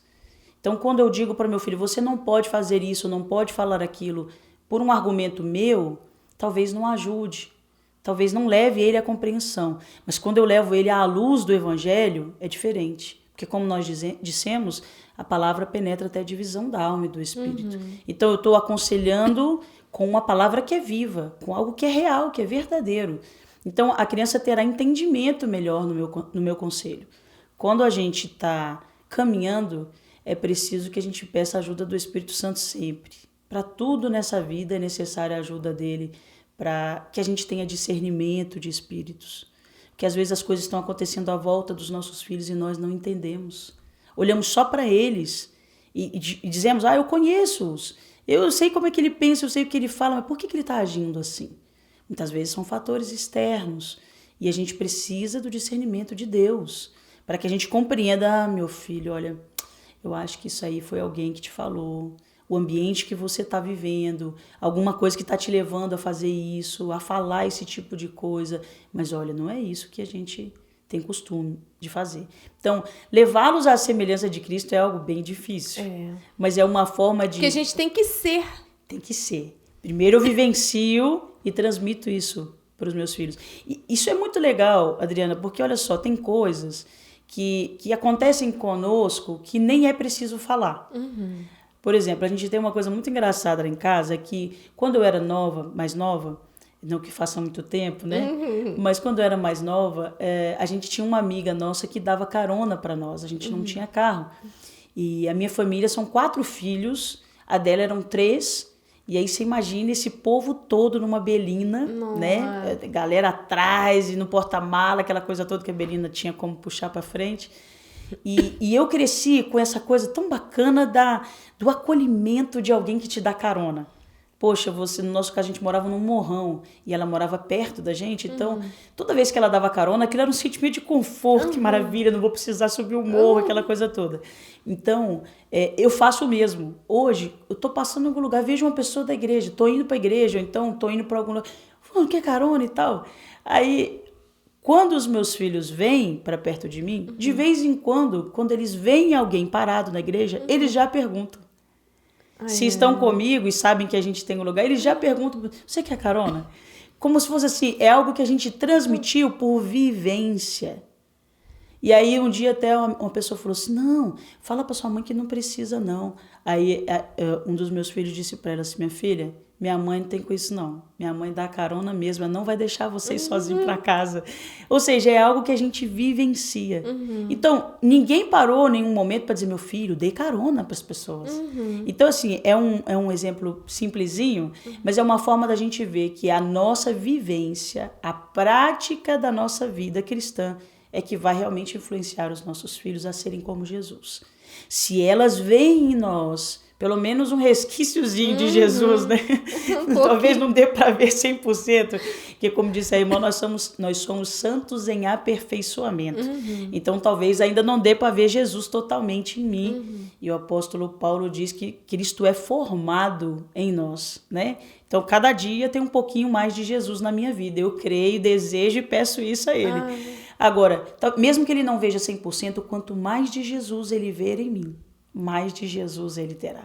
Mais será formado dele. Não só pelo que eu falo, mas pelo que ele vê em mim. Quando você vê uma família, por exemplo, de amor, alguém que recebe bem a família, os filhos aprendem a ser hospitaleiros como os pais. Então, tudo aquilo que a gente vivencia na prática, vai ser mais fácil ser transmitido para os nossos filhos. Então, você deve falar? Deve falar. Mas viva antes de falar.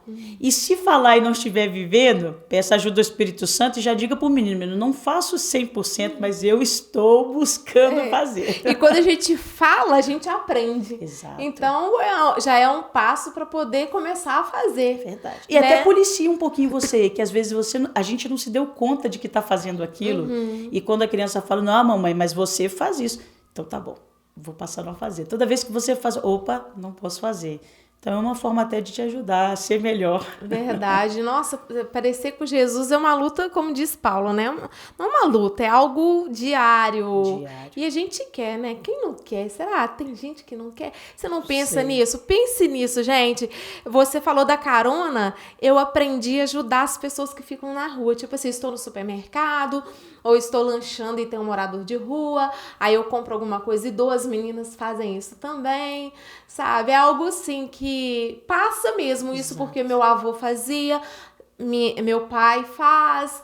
Então, assim, e é bom, né, gente? A gente poder falar, poxa, eu tô fazendo isso sem cobrança, sem nada.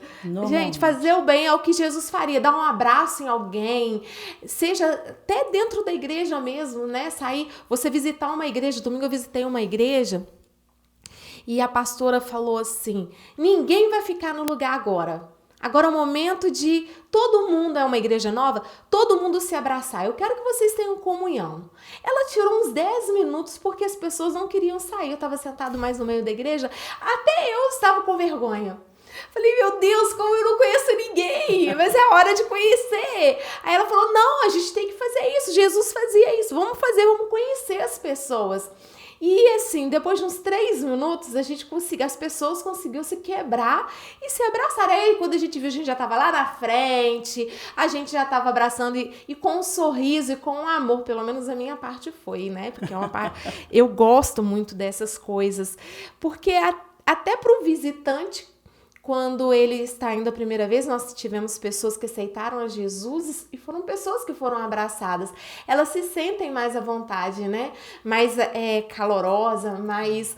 Gente, façam o bem, porque se você puder fazer e não fizer, está escrito, Tiago, você comete pecados. Vamos falar um pouco de livros, né? Luciana, você vende livros. Livros é algo que o meu público... né? Não é só o Ministério Infantil que está ouvindo, ama comprar, ama ter e ama falar sobre. E eu também, você viu lá embaixo que eu sou uma leitora, né? E você trouxe esses livros aqui, gente. Ficção, romance, fala cristão. Você, cristão, sobre essa ficção. Cristão pode ler? A gente pode ler ficção? Romance? Olha, uma coisa interessante. Na verdade, o que acontece? A gente vê de qualquer jeito. A gente lê de qualquer jeito. Sendo cristão ou não sendo cristão. A gente tem um público, principalmente, de adolescentes e jovens. Apesar de eu estou encontrando muitas irmãs, mesmo mais velhas, que também leem. E que é muito legal. Só que o olhar delas é diferente, obviamente, né? Mas os jovens e adolescentes, muitas vezes, não têm filtro para o romance nem para a ficção. Quando ela é comum, né, o que a gente chamaria de secular, não é cristã, muitas vezes ela traz coisas que são princípios que não são cristãos. Aí você vai dizer, não, mas eu leio sem me contaminar. Mentira. É impossível você ter contato com uma literatura sem assimilar pelo menos um pouco dela. E sem entrar dentro da história, né? Exato. Porque a ficção vai ser uma história que não é real. Exato. E aí o que acontece? Muitas vezes existem, inclusive, esse é um dos argumentos fortes para que as pessoas tenham acesso à literatura cristã, romance e ficção. Por quê? Porque ali está a sua cosmovisão, a cosmovisão cristã. Então você vai absorver coisas no livro que talvez num estudo você não absorva. Olhando pela lente do cristianismo. Exatamente. Então, às vezes você está ali com o pastor dando um estudo, às vezes acerca de alguma coisa, e você tem dificuldade de assimilar aquele estudo, no livro você vai absorver por conta da história. Ela é diluída entre a história e a nossa cosmovisão. Então, você vai aprendendo princípios cristãos através da história que você está lendo. Você nem se deu conta do quanto você absorveu dos nossos princípios. Verdade. Então, assim, eu indico porque, às vezes, as pessoas falam, mas o que eu leio secular, quando é alguma parte que eu sei que não é muito legal, eu pulo. Mas se você lê o cristão, você precisa pular. Não, mas aí se você pula a parte do livro, você não precisa terminar de ler o livro, por que você vai pular o livro, né? Que existem uns pedacinhos meio estranhos, mas entendeu? como eu vou saber? Até eu saber qual... Não, aí já foi. Já foi, eu já passei os olhos. Qual Pelo parágrafo? menos um pouco já foi. Qual parágrafo? E assim, o livro, ele te induz a querer ler mais. Exato. E não são só as cenas. Porque às vezes a gente pula a cena pensando, essa cena não é legal. Ok, mas e tudo que foi lançado durante a história? Você pode ver que muitas vezes a história leva a gente a ir contra nossos princípios. Então, por exemplo, você lê uma história de uma mulher que a esposa do cara é uma megera, mas a amante é uma doce de pessoa. Por quem você torce no final da história? Pra amante. Pra amante. Por quê? Porque a história te leva a isso. E você abriu mão do seu princípio por conta de ter absorvido um que foi lançado no meio da história, você nem se deu conta. Então, a verdade é que a gente indica hoje, já que temos, o melhor é que a gente leia os cristãos. Por quê? Eles vão te ajudar no conhecimento de Cristo. Nossa. É algo realmente fantástico. E esse daí é o lugar... Esse é o lugar de recomeço maravilhoso, de cura emocional. É uma menina que perde alguém importante e que no meio do caminho ela se perde também, mas que ela se encontra num lugar, num sítio que um rapaz cria para cura emocional, espiritual e física. Então ali ela tem um tempo literalmente igual a lagarta, né? Entra no casulo, ficou um tempo ali e recebeu então um tratamento emocional para focar no que era importante para a vida. Primeiro você precisa entender o seu amor com Deus. Depois você pode pensar nos outros. Que muitas vezes a gente tem uma carência de ser amado, mas quando encontramos o amor de Deus, nada nem ninguém substitui ele. O que vem é só um adendo, né? Ter um namorado, ter um marido é um bônus, mas o amor de Deus nos preenche, nos satisfaz. Então, essa é uma mensagem bacana demais, tanto dos romances quanto das ficções cristãs. É para isso, para te indicar para o lugar certo. Pare de beber na fonte errada, beba na fonte certa, que vai te indicar princípios cristãos. E vai aprender certo, né? Não vai ficar tão... Porque a ficção secular, ela te leva para o lado pornográfico. Quantas pessoas entram dentro da pornografia através de livros? É verdade. Não é somente no ver, é no ler. É verdade. Porque você falando aí, eu vou lembrando de livros que tem ali, que eu vou lendo, e tem testemunho de pessoas que eram viciadas em pornografia através do jornal que o pai comprava no domingo. Aí vinha as propagandas das lingeries. Você lembra antigamente que vinha? Sim. E através de quê? De leitura, de livros. Te leva à pornografia, que é um pecado e algo muito grave que tem acontecido, porque vai, né, desconstruindo o valor que Deus tem. E fantástico. E você trouxe outros dois, esse daqui eu até vi, Divinamente, né, aprendendo a pensar e sentir como Cristo, que é do Jonatas Leoninho, do Jesus Cop? Do Jesus Cop, exatamente. Ele faz muito... Ele tem um podcast também, acho que chama, esse nome, Divinamente, o nome. E nesse caso ele vai falar sobre a questão emocional. E ele traz pontos muito positivos. Semana passada a gente teve um congresso falando sobre metanoia, né? A mudança de pensamento. E ele traz muito sobre isso, que, na verdade, as crenças moldam os nossos comportamentos. Aquilo em que eu acredito vai ser gerado no que eu faço e no que eu falo. A Bíblia já diz isso, mas ele pontua de forma muito bacana, trazendo uma mistura entre a neurociência e a teologia, fazendo elas caminharem no mesmo lugar, ao invés de separadas, elas estão juntas. Importante, né? Muito. O livro é incrível, incrível, incrível, até porque ele coloca que aquilo que a gente acredita como verdade gera em nós, né, já uma forma de tornar a ideia em ação. O que nós estamos acreditando? A verdade que nos move é a palavra de Deus. Mas se a gente acreditar em outra coisa, que são mentiras e lançadas na nossa mente, nós vamos viver em favor delas. Achando que elas são nossa conduta, que é a forma que a gente deveria pensar. Mas na verdade não é. Então quando somos confrontados com a verdade da palavra, aí mudamos não só de mente, mas de comportamento, de fala. Porque a verdade entra, entende? Às vezes nós temos aquela coisa, e são coisas tão pequenas que às vezes entram na nossa mente como mentiras do diabo, que ele sabe como dominar nossa mente. Ele não ouve o nosso pensamento. O único que sabe o nosso pensamento é Deus, que é onisciente. Mas ele lança muitas setas no nosso pensamento. Então ele coloca, você não vai chegar a lugar nenhum. Você não é ninguém, você é um inútil, você não tem condições. Fulano é perfeito, e você? Você olha a sua situação. Mas a verdade é que quando nós somos confrontados com a palavra, aí não, você não é mais um. Você não é qualquer um. Você é filho de Deus. Deus te escolheu antes mesmo de você escolhê-lo. Então Deus já tinha um propósito sobre a sua vida. É uma verdade que entra, vai mudar não só a sua mente, mas a forma como você se comporta.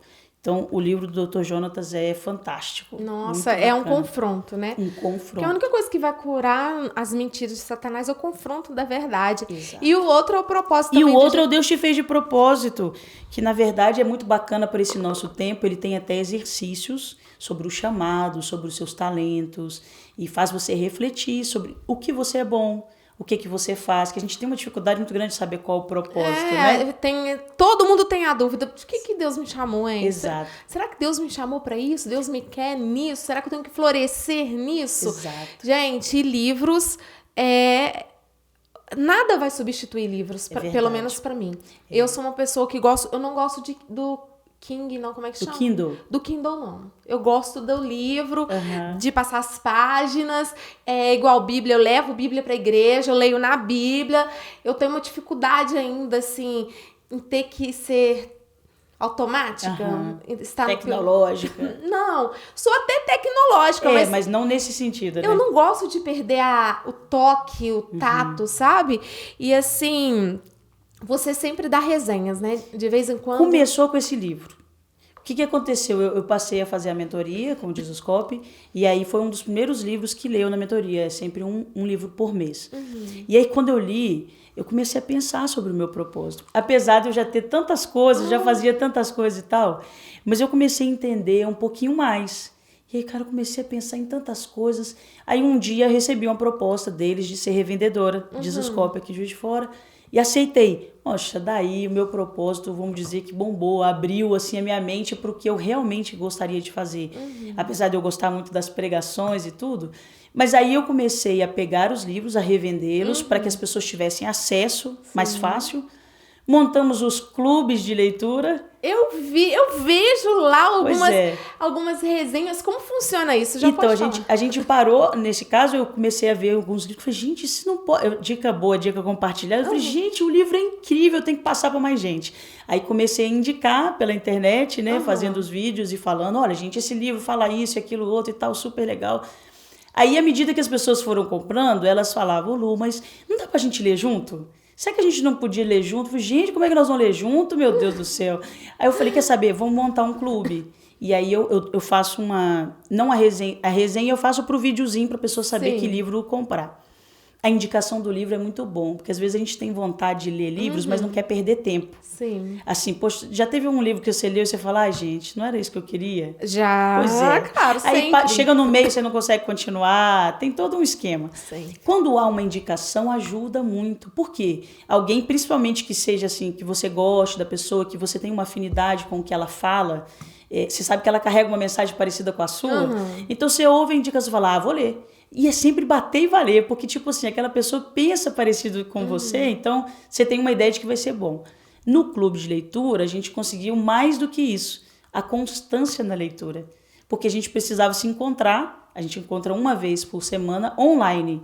Então a gente se reúne e aí eu faço um roteiro de leitura para a gente ler o livro em um mês. Em 30 dias, lermos o livro todo. Jesus, aí, que por delícia. exemplo, a primeira semana é o capítulo 1 e o capítulo 2. Aí a gente se encontra e conversa sobre o capítulo. E aí, gente, o que você achou? Nossa, gente, e aquela coisa que o fulano falou? Gente, essa frase eu não concordo, não. Aí há uma gama de visões diferentes da sua, sabe? Um conhecimento. Muitas perspectivas. Nossa, Deus. É um enriquecimento de conhecimento. Você sai ali muito mais rico do que qualquer outra coisa. Não é só o que você pensa.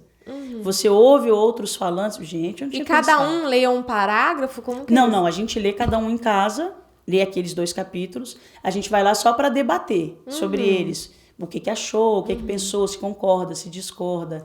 Ah, é maravilhoso, eu tenho aprendido demais. Eu aprendo mais do que realmente ensino, porque nesse momento é um momento de troca de informações. E de comunhão, né? Nossa, Deus. A gente tem um ganho enorme, ó, em comunhão, em constância na leitura, porque normalmente o pessoal dizia, ô Lu, eu começo o livro e não consigo terminar. Como ele faz parte do clube, precisa estar semana que vem sabendo do capítulo, tem que continuar lendo até o final. E a outra coisa são as visões diferentes. E lê assim, né? Uma vez por semana, lê 2 capítulos. 2 capítulos. Gente. Na verdade, o que acontece? Durante a semana, eu separo dia por dia, então, tipo, 2 páginas por dia, 3 páginas por dia. Aí você vai lá, lê aquele tanto. Ah, tá. E no final... No final de uma semana, deu os 2 capítulos. Aí sim. a gente se reúne e conversa sobre eles. E qualquer pessoa pode entrar? Qualquer pessoa pode entrar, só tem que ter o livro. E agora? Você só tem que comprar o livro. Compra o livro e entra... Se tiver o livro emprestado, também pode. Ah, olha, encontrei pessoas que vendo no Instagram o livro que a gente ia fazer. Aí a pessoa falou, Lu, eu tenho esse livro em casa, eu posso participar? Pode participar. Eu revendo o livro só para ter um acesso mais rápido, mais fácil. Porque vamos fazer esse livro, o livro está comigo. E qual é o Instagram? O clube tem um Instagram? Na verdade, está no meu Instagram pessoal ainda, né? Que pode falar pra gente. Lu_Santi.ana. Eu vou deixar tudo aqui na descrição pra vocês. Gente, vamos entrar nesse grupo. Esse grupo é nível alto, tá, minha gente? É nível alto. Alto nível, vamos dizer. Alto nível. Ai, Luciana, que bom. Olha, eu vou te dar, assim, Traz pra gente uma palavra de Deus. Não um tempo muito recorde. Vou falar de novo aqui. Só um pouquinho. Luciana, traz pra gente uma palavra de Deus pra gente que está ouvindo. Que Deus colocou no seu coração. E nós estamos aqui aptos e com nossos ouvidos bem abertos para ouvir. Amém. Esse final de semana que eu acabei de falar, né, que a gente teve um encontro da mocidade que fala sobre a mudança da mente, né? Isso é muito importante no nosso tempo, porque a gente tem tido muitas informações, muita gente falando, muitas coisas que a gente vê na internet, na televisão, informações que nem sempre são verdadeiras, né? E a gente tem dificuldade, às vezes, de filtrá-las, de saber o que é verdadeiro e o que não é verdadeiro. Mas nós precisamos centrar a nossa mente naquilo que Deus tem para nós. À medida que nós entendemos o que a Bíblia diz, né? Em Romanos 12:2, não vos conformeis com este mundo, mas transformai-vos pela renovação do vosso entendimento para que experimenteis. Talvez eu não saiba a vontade de Deus, talvez eu nunca tenha acesso à completa vontade de Deus, mas eu experimento quando eu permito que o Espírito Santo molde a minha mente conforme a verdade do Evangelho, não conforme o que as pessoas dizem acerca de mim, não conforme o que a televisão diz acerca de mim, ou que as pessoas na escola, no trabalho, seja como for, estão dizendo quem eu sou, quem eu devo ser. Não. Eu confronto com aquilo que a Bíblia diz que eu sou, porque assim eu teria uma vida de satisfação plena em Cristo. Eu não dependo do amor de alguém para me sentir amada, porque eu sou amada pelo Todo-Poderoso. Eu não dependo de alguém para ser bem-sucedida, ter sucesso na minha vida, ser completa, porque eu tenho a Deus que me traz completo contentamento. E por isso o apóstolo Paulo diz, eu aprendi a contentar-me. Eu sei estar em abundância e sei passar necessidade. Eu posso todas as coisas naquele que me fortalece. Então, à medida que a nossa mente é renovada com a verdade do Evangelho, aí sim nós vamos experimentar a boa, perfeita e agradável vontade de Deus, porque o que Ele tem para nós é muito maior do que o que as pessoas falam, do que você pensa sobre você e do que esperam de você. Porque Deus não tem expectativas, Ele tem projetos. Ele sabe quem você é e Ele sabe para que te formou. E como diz, você não veio do acaso. Não é obra do acaso. Deus te fez de propósito e com um propósito definido. Você só precisa descobrir e deixar Deus agir através da sua vida. Ninguém é perfeito, mas estamos sendo aperfeiçoados. E à medida que permitimos o Espírito Santo nos aperfeiçoar, vamos experimentar a boa, perfeita e agradável vontade de Deus. Nossa, eu ficaria dias te ouvindo. Dias, horas te ouvindo. Quero agradecer você ter permitido estar com você, que para mim é assim, algo de coração mesmo. Eu te admiro, você sempre tem uma palavra de Deus que vai de encontro ao nosso coração, não só o meu, mas todas as pessoas que Deus usa você. E eu tenho certeza que a sua voz vai chegar em vários lares, em vários corações. E eu só tenho que agradecer a Deus pela sua vida, por te conhecer, né? Você me ajudou no primeiro CD. E eu sou grata a Deus pela sua vida por tudo. Por tudo, por ser quem você é, por ter a palavra que você tem, por ter a sabedoria que você tem. Não é nenhuma... Eu não tenho nem palavras para dizer a minha alegria de ter você aqui e ter o prazer de te ouvir tão de pertinho. Sabe, é algo que eu louvo a Deus mesmo e eu sei que é um presente para quem vai ouvir e eu espero poder, sempre que tiver oportunidade, te ouvir. Vai ser um prazer. Você é muito amável ao falar isso. Na verdade, o nosso desejo é transmitir Jesus. Até porque eu ouvi da Camila Barros uma coisa que eu achei muito interessante. Ela disse que nós somos ponto de referência. Não somos a referência em si, mas apontamos para ela. Então, se eu puder ser ponto de referência de Cristo, eu quero para que seja apontado sempre para Ele, para que Ele sempre seja o destaque. Afinal de contas, sem Ele, o que seria de nós, né? Então, que o Senhor continue nos usando a você, usando a todos que permitirem ser canais dele, porque a gente não faz movimento de água, mas a gente é canal e deixa Deus agir, né? Sim, nós somos então, uma fonte, né? Inesgotável dele. Dele. E a gente sempre pede para os nossos convidados fazerem uma oração. Você ora por nós, pelo nosso público, você que está nos ouvindo. Vamos orar e receber mais de Deus nesse dia. Não sei a hora que você está vendo, assistindo ou ouvindo esse podcast, mas tenho certeza que você aprendeu muito, como eu aprendi. Vamos orar, então. Senhor, meu Deus, muito obrigada por essa oportunidade que o Senhor nos tem dado de estarmos nesse momento aqui, conversando um pouco mais da Tua obra, daquilo que Tu fazes. E queremos nesse momento, Papai, colocar diante do Senhor cada pessoa que está ouvindo esse podcast. Que a Tua mão potente seja principalmente sobre a mente de cada um. Toca, Senhor. Só o Senhor conhece a necessidade deles. E isso é maravilhoso acerca de Ti, porque nós não sabemos o que o outro pensa, o que o outro sente, mas a Tua palavra nos diz que de longe o Senhor entende o nosso pensamento. Seria algo tão maravilhoso, Senhor, entender isso, que o Senhor, mesmo que nós nos sintamos afastados de Ti, o Senhor ainda nos ouve mesmo de longe. Onde quer que estejamos, o Senhor nos conhece e sabe o que precisamos. Por isso eu te peço que a todos quantos a nossa voz alcançar neste dia, que a tua mão seja sobre eles, confortando, consolando, dando ânimo, fortalecendo as mãos para continuar na caminhada, dando firmeza no Evangelho, ajudando o Senhor a passarem pelas dificuldades, mas não serem movidos por elas, mas serem movidos pela tua presença. Afinal de contas, a tua palavra nos diz que aquele que ouve e pratica é como o homem que colocou a sua casa sobre a rocha. Vieram os ventos, os rios, as tempestades, mas ela não foi abalada. Que cada um dos teus servos que estão nos ouvindo neste dia recebam esse mesmo vigor, Senhor, de independente das circunstâncias que estejam vivendo, se mantenham firmes na tua presença. Que o Senhor os ajude a continuar na caminhada, dando-lhes a certeza de que o Senhor está com eles, porque a tua palavra nos diz que se Deus é por nós, quem será contra nós? Fica conosco, papai, é o que nós te pedimos e já te agradecemos em nome de Jesus. Amém. Amém. E assim nós chegamos ao final de mais um podcast. E eu espero vocês nos próximos, que serão maravilhosos, eu tenho certeza.